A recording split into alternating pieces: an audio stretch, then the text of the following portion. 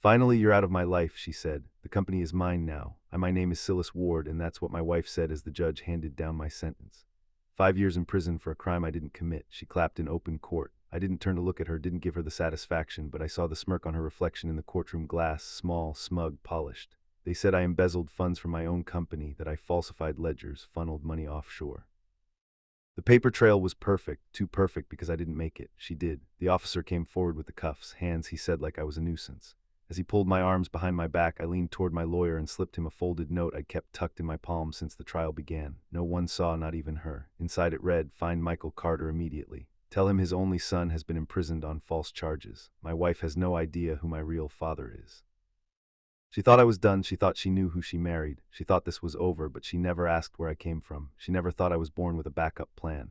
Prison wasn't the punishment. Watching her take over everything I built. That was I co-founded Ward and Hunt Innovations from our garage. Spent years coding, negotiating, risking every cent we had. She joined later when it was safe. When we got our first investor, said she wanted to support the mission. I handed her CFO.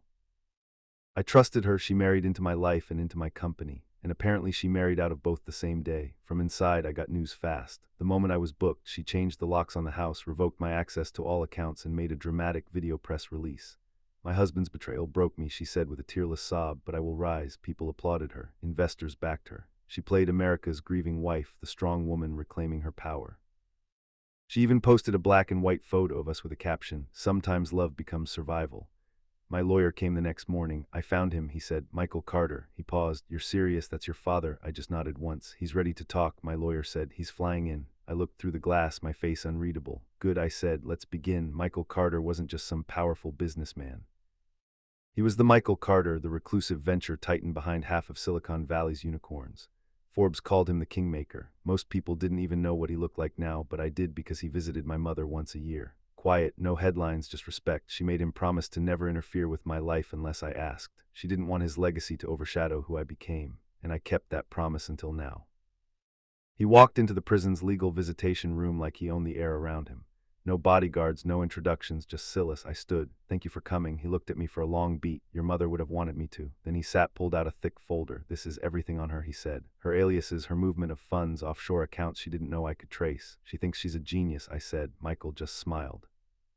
"She's clever, but she's never played with people who build empires." My hands tightened into fists. "She left me to rot," I said. "No," he corrected gently. "She gave you a controlled environment. Now let's turn it into a war room." We started slow. Quiet. Michael's people didn't crash through doors, they infiltrated. First, we targeted the financials, not by hacking, but by precision. Her accounts were protected, yes, but her ego wasn't.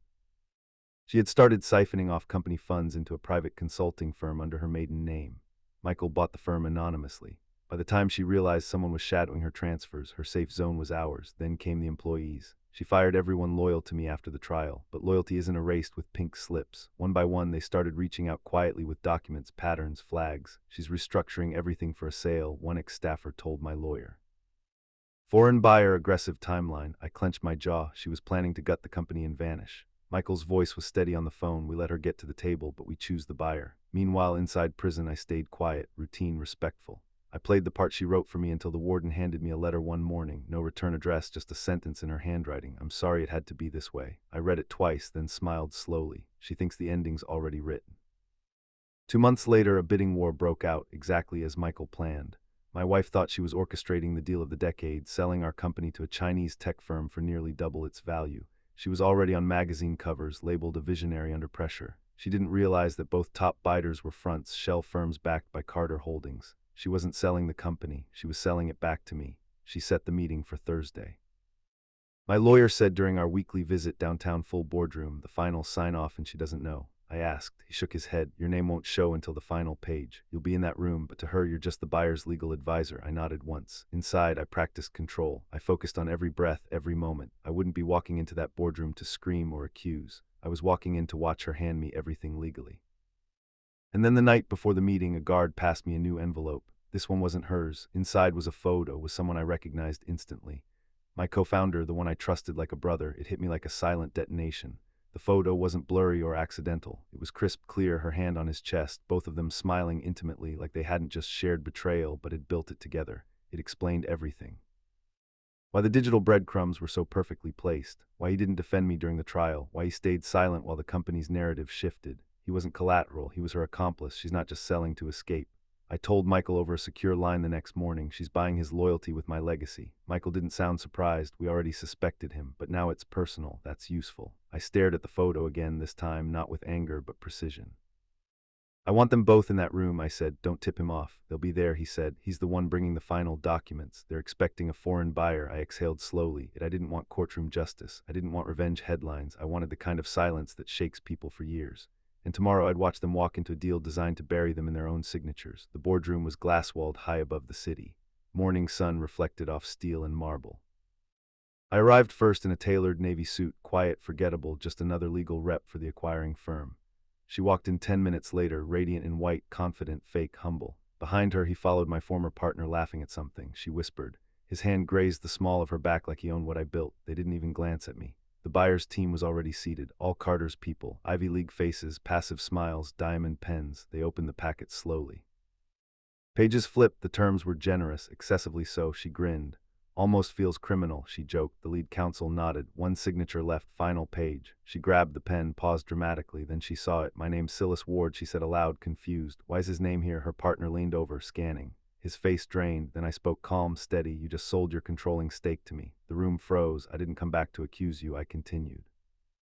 I came back to own what you tried to steal, and then I looked him in the eyes, both of you. She stood there, fingers frozen around the pen. He was already sweating. The legal team said nothing, just observed. Carter's people were professionals. They didn't flinch. You can't do this, she finally said, voice shaking. This is fraud. You lied. No, I replied quietly. You just didn't ask the right questions. I slid a document across the table, a quiet thud. A timeline of her financial movements, the offshore accounts, the wire transfers to my co-founder's consulting shell. And you, I said, turning to him, you used proprietary software to mask those transactions, the system we built together. His mouth opened, close. This isn't an ambush, I said. It's a return on investment. You handed me everything I needed in full notarized signatures. Her voice cracked. You set this up. I didn't deny it. I just looked at them both and said, I set nothing up. I simply waited. You gave me 5 years to study the system you built to destroy me. Security escorted them out, not forcibly, just enough pressure to remind them they weren't in control anymore. They didn't speak. They didn't have to. They knew. This time silence was my signature.